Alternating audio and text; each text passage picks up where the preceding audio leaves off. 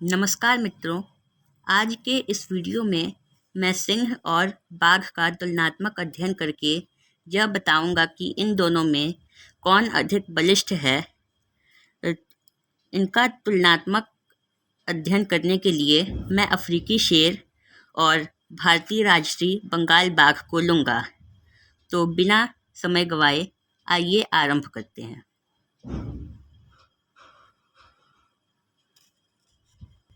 मैं इन दोनों का तुलनात्मक अध्ययन करने से पहले इनके बारे में बताऊंगा।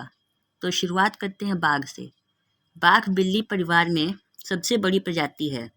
बाघ के पंजों के नाखून चाकू से अधिक तेज तो होते ही हैं, पर इसके पंजे में मजबूत तलवा होता है कि यदि ये आपके सिर पर मारे तो बैट से मारने से भी ज़्यादा जोर से चोट लगती है।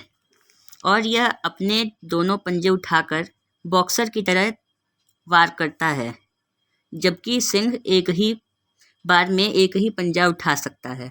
बाघ के सिर्फ पंजे ही शक्तिशाली ही नहीं होते, बल्कि उसका जबड़ा भी बहुत शक्तिशाली होता है, इतना कि वो भैंसे जैसे बड़े जानवर की भी गर्दन दबोच सकता है।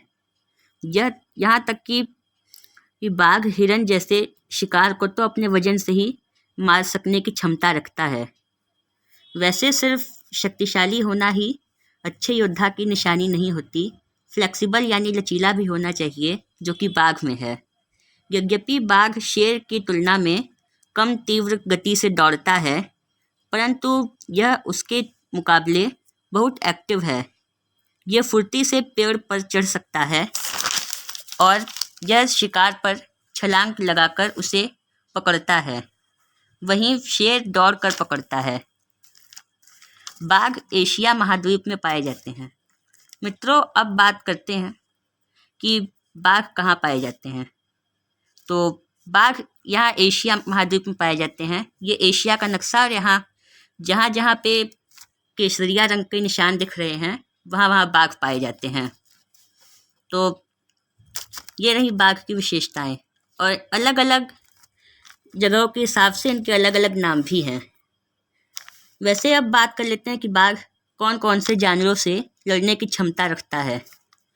तो बाघ जंगली भैंसों से भी युद्ध कर उन्हें मारने की क्षमता रखता है। यहाँ तक कि अपने से 100 गुना भारी जानवर गौर को भी आसानी से मार सकता है। गौर एक जंगली गाय की प्रजाति होती है, और यहाँ तक कि काजीरंगा के जो बाघ होते हैं वो भारतीय गैंडों को भी पीछे से वार कर आसानी से मार देते हैं। और बाघ इतने फुर्तीले होते हैं कि गैंडे की सींग उन्हें जल्दी चुभ ही नहीं पाती। और उसके बाद बाघ के जो बाइट फोर्स है, यानी उसके काटने का दबाव, वो 1050 PSI तक काट सकता है। और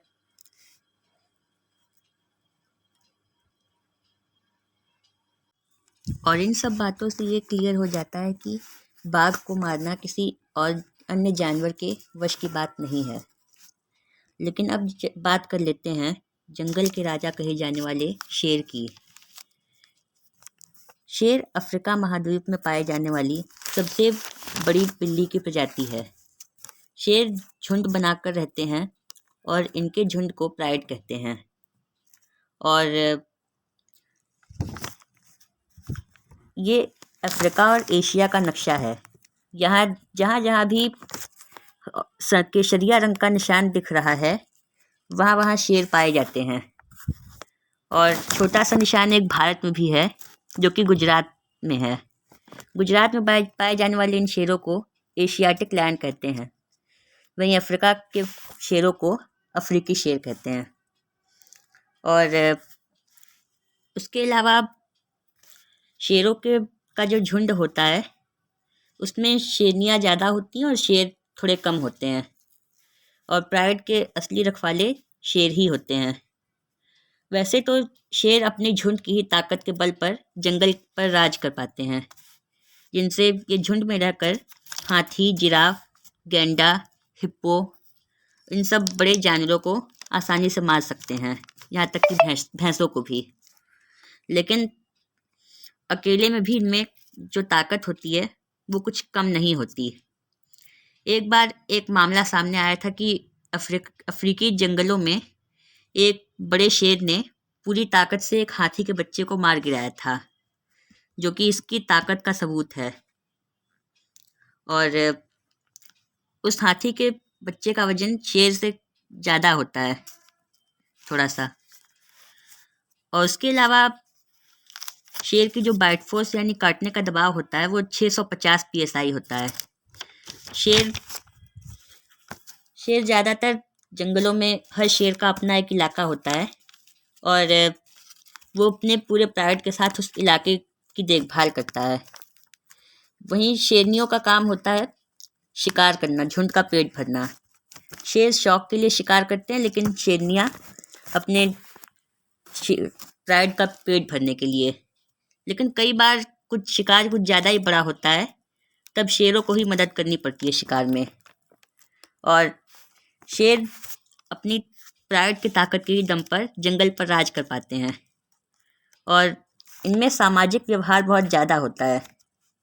शेर की ड्यूरेबिलिटी यानी टिकाऊपन की बात करें तो ये इतना ज़्यादा टिकाऊ होता है कि एक बार डिस्कवरी पर कुछ ऐसी एक पिक्चर दिखाई गई थी जिसमें एक जंगली भैंसे को एक शेरनी ने पकड़ा हुआ है, लेकिन उसका एक पंजा भैंसे की सींग में धंसा हुआ है, पर उसके बावजूद भी शेरनी ने अपनी पकड़ ढीली नहीं की है। यहाँ तक कि आपने मशहूर शेर साबी सैंड के मिस्टर टी की कहानी सुनी होगी, तो सिलाटी के शेरों ने मार मार कर उसकी रीढ़ की हड्डी को भी तोड़ दिया था, पर फिर भी उसने वो हमला करने से पीछे नहीं हट रहा था। पर ये सारी घटनाएं शेर की ड्यूरेबिलिटी का यानी टिकाऊपन का सबूत है। और उसके अलावा वैसे तो ऐसे कई किस्से हैं जो कि रियल लाइफ में देखे गए हैं कि शेर का ड्यूरेबिलिटी को दर्शाता है।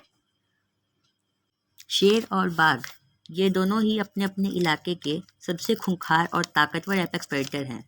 लेकिन क्या आप जानते हैं कि दुनिया में ऐसा कोई भी जंगली इलाका नहीं जहाँ पर उनका आमना सामना होता हो। शेर के और बाघ के रहने के जंगल अलग अलग होते हैं।